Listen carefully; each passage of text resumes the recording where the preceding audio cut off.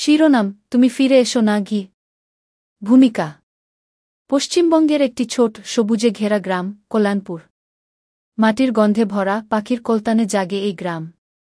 আর সেই গ্রামেরই এক সাদামাটা ছেলেই ছিল অর্জুন, আর তার জীবনে একদিন হঠাৎ আগমন ঘটে এক শহুরে মেয়ের, মেঘলা। গল্পটা ওখান থেকেই শুরু।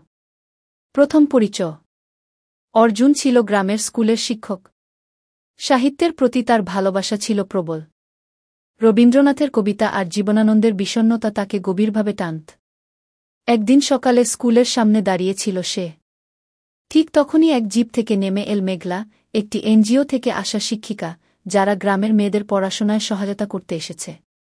সেই প্রথম দেখা। চোখে চোখ পড়েছিল, যেন সময় এক মুহূর্তের জন্য থেমে গিয়েছিল। মেঘলা ছিল আধুনিক, শিক্ষিত, কিন্তু হৃদয়ে মাটির গন্ধ ছিল অক্ষত। তার ভিতরে ছিল শহরের কোলাহলের ক্লান্তি, আর অর্জুনের সরলতা তাকে মুহূর্তেই আকর্ষণ করেছিল।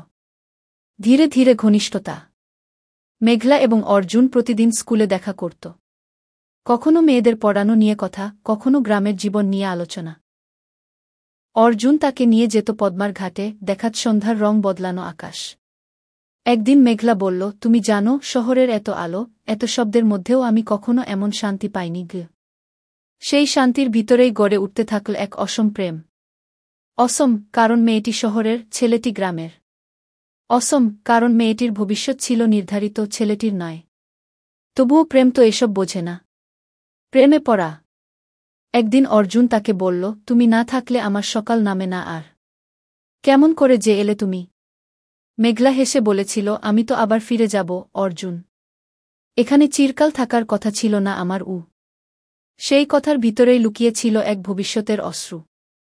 তবুও তারা ভালোবাসত, প্রতিদিন আরও একটু করে।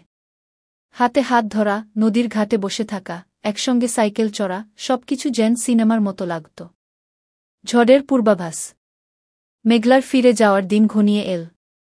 তার বাবা-মা তাকে জানিয়ে দিলেন, কলকাতায় ফিরতে হবে, এনজিওর কাজ শেষ, বাড়ি ফিরে চাকরির প্রস্তুতি নিতে হবে। অর্জুন স্তব্ধ। সে কিছু বলতে পারেনি। শেষ দিনে মেঘলা এসে বলল, তুমি চিঠি লিখবে তো? অর্জুন বলল, চিঠি নয়। আমি প্রতিদিন নদীর পাশে বসে তোমায় পড়ে শোনাব। শুনতে পাবে তো? মেঘলা হেসে চোখ মুছল। বলল, তুমি পাগল। কিন্তু আমার পছন্দের পাগল। বিচ্ছেদ। মেঘলা চলে গেল। শহরে ফিরল। প্রথম কিছুদিন ফোনে কথা হতো। ভিডিও কল, চিঠি, কবিতা, সবই চলত। কিন্তু ধীরে ধীরে সময়ের ব্যবধান তৈরি হল। মেঘলা চাকরির পরীক্ষায় বসল, এক বড় শহরে নতুন জীবনের প্রস্তুতি নিতে লাগল। অর্জুন সেই গ্রামের স্কুলে আগের মতোই পড়াতে লাগল, কিন্তু হৃদয়ে একটা স্থায়ী শূন্যতা জমা হতে লাগল। অন্ধকার শুরু। একদিন হঠাৎ অর্জুনের কাছে একটা চিঠি এলো, শহর থেকে। মেঘলার হাতের লেখা। চিঠিতে লেখা, অর্জুন, বাবা আমার বিয়ে ঠিক করে ফেলেছে। পাত্র খুব ভালো, বিদেশে থাকে। আমি মানা করতে পারলাম না। তুমি জানো আমি কত চেষ্টা করলাম। কিন্তু আমি পরিবারের দায়িত্বের থেকে পালাতে পারলাম না। তুমি আমাকে ভুলে যেও না। আমি ভুলব না কোনো দিন ঘি। অর্জুন চুপ করে বসেছিল সেই চিঠি হাতে নিয়ে, নদীর ঘাটে। তারপর থেকে সে আর কারো সঙ্গে কথা বলেনি। চিরবিদায়।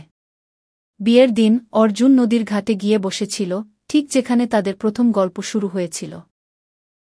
হাতের মধ্যে ছিল সেই চিঠি। সে চোখ বন্ধ করে বলছিল, তুমি তো বলেছিলে ফিরে আসবে। তাহলে কেন বললে বিদায়?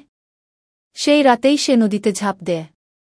পরদিন সকালে তার দেহ পাওয়া যায় না, শুধু তার লেখা এক চিরকুট ভেসেছিল নদীর পাশে। মেঘলা, তুমি ফিরে এসো না আর। ফিরে এসো মানে আবার হারিয়ে যাও। আমি এবার শুধু তোমার স্মৃতিকে রাখব আমার সাথে গু। পরবর্তীকাল।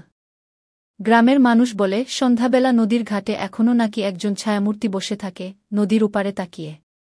আর দূরে কোথাও, শহরের ব্যস্ত রাস্তায় হাঁটতে হাঁটতে হঠাৎ এক মেয়ে চোখ বন্ধ করে ভাবে, তুমি তো বলেছিলে অপেক্ষা করবে।